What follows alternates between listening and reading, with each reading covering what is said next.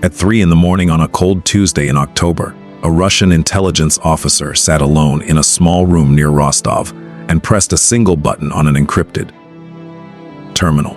He had no idea that the 12-word message he just sent would, 6 hours later, leave an entire Ukrainian airfield in complete silence and pull 2 foreign intelligence agencies into a search that would last more than a year. The room was no larger than a hotel bathroom. Gray walls, no windows, one old desk, and a single overhead light that flickered every few minutes. The officer, a 38-year-old man whose colleagues only knew by his call sign Korshan, had spent the last 4 hours staring at a blinking cursor. In front of him sat a black terminal connected to a private military communications network that, according to later reports published by an independent European research group, did not appear on any official Russian inventory list. The keyboard had no labels. The screen showed only one line of text and a timer counting down from 40 minutes. He had been told 2 things during his briefing earlier that evening. First, that the message had to be sent at exactly 3 in the morning, not a second earlier and not a second later. Second, that after pressing the send button, he was to walk out of the room, leave his identification badge on the desk, and never return to that building again. He had not been told what the message would do. He had not been told who would receive it. He had only been told that it would matter. The message itself was a simple instruction. 12 words written in a custom code that had reportedly been developed over a period of 19 months by a small team of Russian software engineers based in St. Petersburg. The words, on their own, meant nothing. Translated literally, they read like a fragment of a weather report. But each word, according to the research group, served as a key, a trigger, a door that, once opened, would unlock a chain reaction across thousands of kilometers. The message did not travel in the way a normal email or radio signal would travel. It was bounced through 3 commercial communication satellites, hidden inside the metadata of an unrelated weather forecast that was sent to dozens of recipients across multiple countries.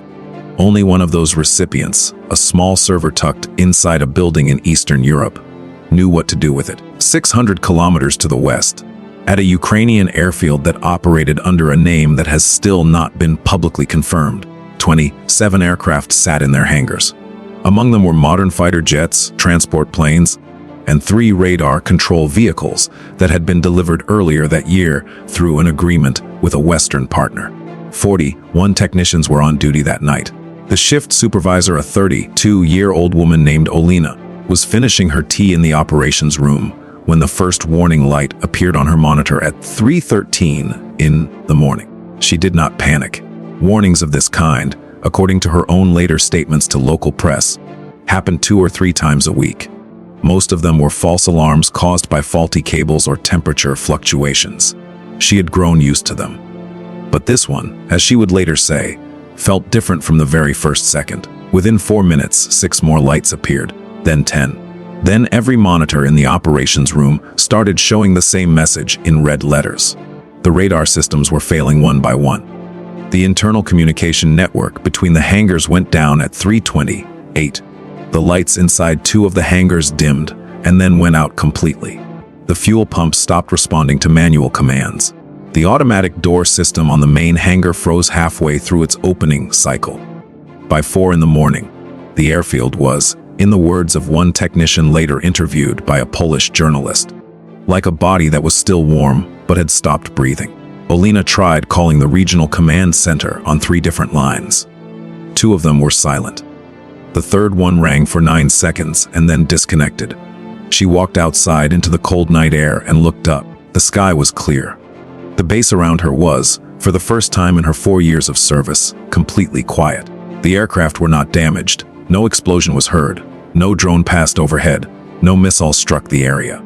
According to the official report that was later partially released, every system simply stopped working at the same time, in a sequence that could not be explained by any single cause. The Ukrainian air defense units stationed nearby were not affected. Civilian power lines in the surrounding villages continued to function normally. Whatever had happened was contained inside the perimeter of that one base, and only inside that base. By dawn, when the first technicians from a regional repair team arrived at the gate, they found a scene that, according to one of them, looked less like a malfunction and more like a stage that had been quietly turned off after the show was over. By 6 in the morning, 3 hours after the original message was sent, 2 foreign intelligence services had reportedly been alerted. According to several accounts published months later, the first to respond was a partner agency from Western Europe, followed shortly after by a separate analysis team from a North American service. Both teams were said to have arrived not to repair the airfield, which was beyond their mission, but to study it, to understand what had happened. Because if it could happen here, it could happen anywhere. The first analysts walked through the hangars with notebooks, sealed evidence bags, and portable scanners that, according to one source, were capable of detecting electromagnetic signatures that standard equipment would miss. They did not speak to the Ukrainian technicians for the first 2 days. They simply observed. They photographed. They listened to the silence. The investigation, according to those same accounts, lasted more than a year. Analysts examined every cable, every chip, every piece of software that had been installed on the base over the previous 4 years. They studied shipping records, supplier contracts, and personnel files going back to 2019.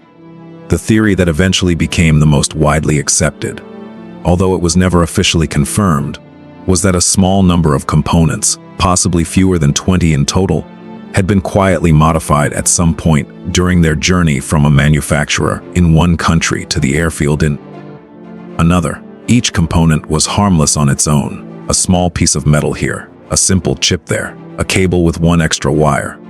But when activated together, in the right sequence, by a signal sent from the right terminal, they could turn an entire base into silence. The Russian officer who pressed the button never appeared in any public document. The room near Rostov was, according to local residents who were later interviewed by a Latvian newspaper, emptied within 72 hours.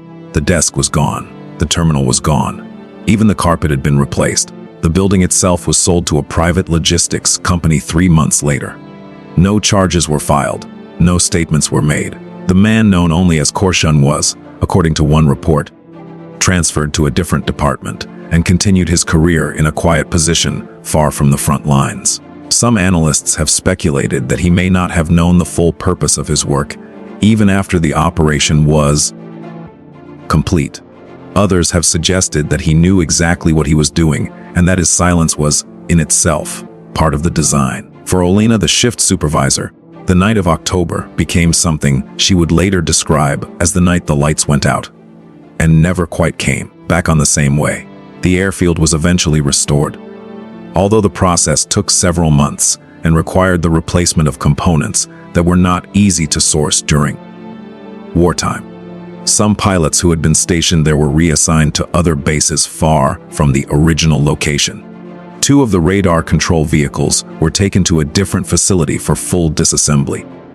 And what was learned from them, according to a brief mention in a later defense report, has reportedly changed the way certain Western militaries approach the inspection of their own equipment. The base, according to recent satellite imagery, is now operating again, but with a security protocol that, according to defense analysts, has changed completely. Every component, every cable, every piece of software is now traced from the moment it leaves the factory to the moment it arrives at the gate. Nothing is trusted, nothing is assumed. Nothing is ever again allowed to sit quietly in a wall or a cabinet without being checked. What happened that night was not, in the end, about one airfield. It was about a question that, according to multiple defense researchers, has not been fully answered even today. How many other systems, in how many other countries, are sitting quietly with components that have been modified somewhere along the way? The story of the 12-word message has, according to some analysts, changed the way modern militaries think about supply chains and about the long, slow patience of intelligence work. Because the most powerful weapons are not always the loudest. Sometimes they are the ones that arrive years before they are used and wait for the right 12 words at exactly the right time. If this story made you think differently about how modern conflicts are really fought, take a moment to subscribe to this channel. Every week we look at operations that the major news networks rarely cover in this kind of depth. Hit the like button if you want more analysis like this one, and turn on the notification bell so you do not miss the next case study. In the comments below, Let us know which side of this story surprised you the most, and which operation you would like us to examine next. Your suggestions help shape what we cover. Thank you for watching, and we will see you in the next analysis.